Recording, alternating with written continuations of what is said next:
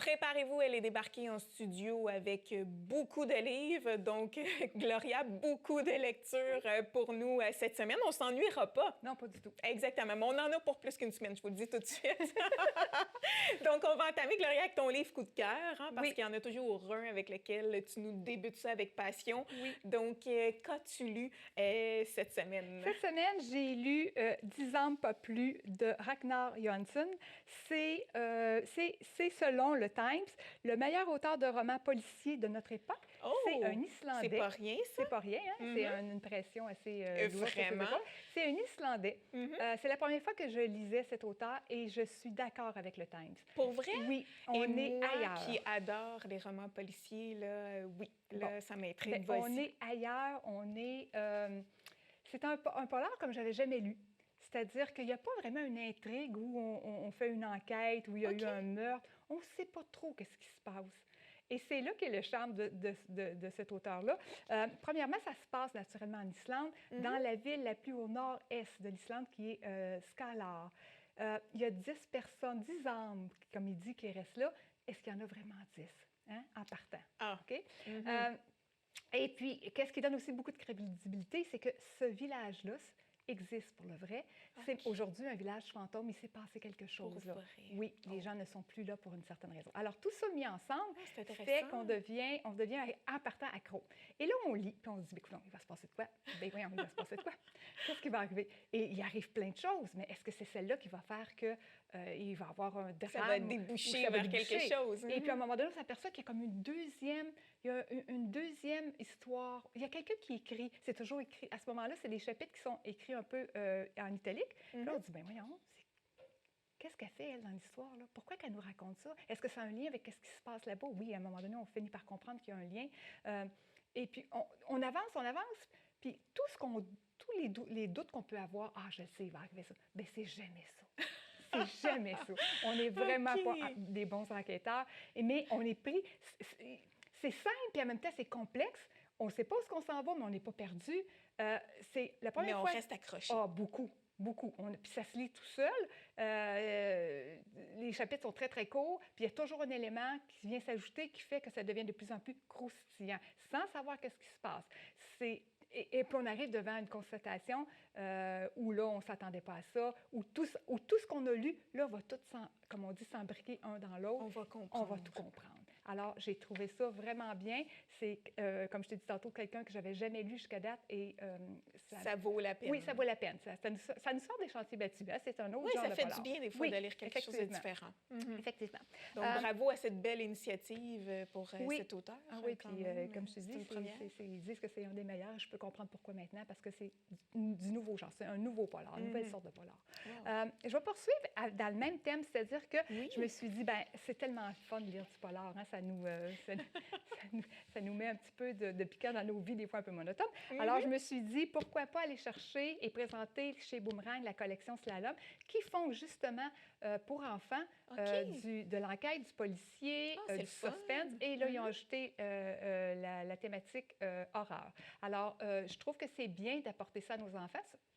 Quand on dit enfant, Gloria, je te dis à partir de 8 ans. Ah, quand même! Parce que c'est du gros caractère. Oui, un bon lecteur à 8 ans peut se débrouiller, va comprendre. On peut assister l'enfant aussi si on a un petit peu de difficulté. Mais je le recommande souvent à ce sac de lecture, ces genres de lecture-là, parce que justement, ça permet de voir si l'enfant comprend bien toute l'inférence de l'histoire. Oui, exactement, dû à l'enquête dans le livre et autres. Oui, puis un enfant qui aime pas beaucoup lire, ou peut-être que c'est une bonne brique, mais l'effet qu'il y ait une enquête, l'effet que l'enfant doit s'investir, qu'il y a un mystère, des fois, on va aller chercher, surtout les garçons. Ils vont accrocher beaucoup à ce genre de lecture-là. Ah, alors, génial. Je leur recommande. C'est une bonne idée. Donc, tu en as 4? Bien, c'est différent. Il y en a plusieurs. Il y en a plusieurs. Là. Parfait. Ça, c'est juste des exemples que je vous ai montrés. Comme ici, les 4Z, c'est une collection, c'est une sous-collection dans la collection. Je pense qu'ils sont rendus à son 5e ou 6e. OK. Dans le fond, c'est vraiment bien. Puis, ça permet de susciter l'intérêt de l'enfant puis de voir s'il comprend bien. Oui, très bonne idée. Je le recommande souvent en sac de lecture pour les enseignants. Oui, je comprends totalement. Je vais continuer avec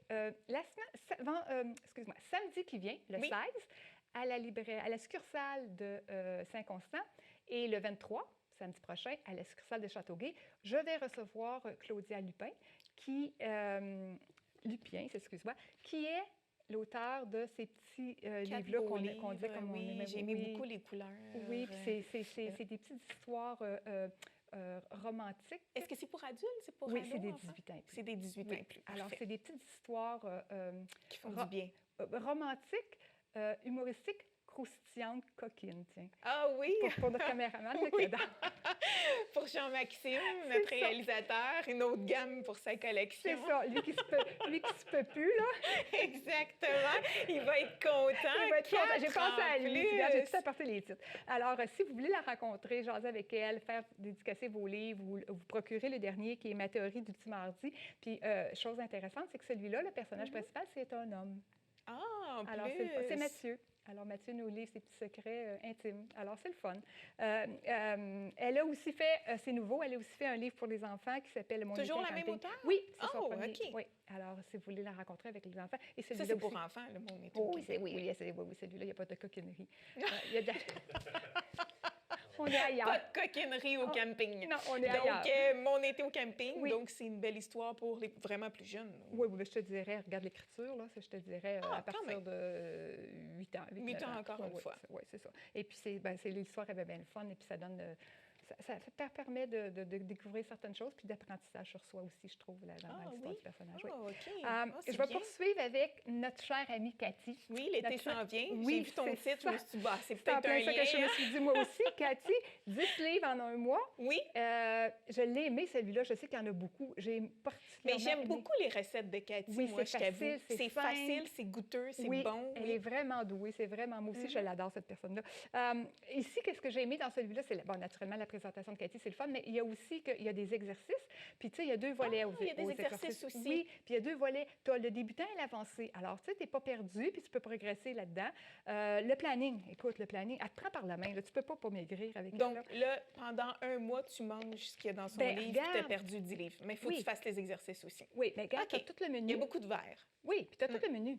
Tu sais, tu pars ta première semaine, ton lundi, tu fais ça, le mardi, tu fais ça. Puis quand tu sais, fait que c'est facile de faire tes commissions, ton épicerie, tout est planifié, tu vois qu'est-ce que tu as besoin. Et puis après ça, page par page, tu suis. Tu sais, lundi matin, lundi midi. Fait que c'est coloré, c'est beau. Oui, plus, ça donne le goût. Ça donne le goût. C'est des 7 habitudes alimentaires. Et la section qui est le fun, c'est qu'à la fin, ça s'appelle le maintenir. Tu sais, maintenant, ça fait un mois que tu fais des efforts, que tu as acquis une saine habitude de gestion, de vie, d'alimentation. Bien, continue. Comment le maintenir? Alors, elle donne des trucs aussi là-dessus. Fait que je trouvais que c'était celui qui me paraissait le plus convivial, le plus facile à utiliser.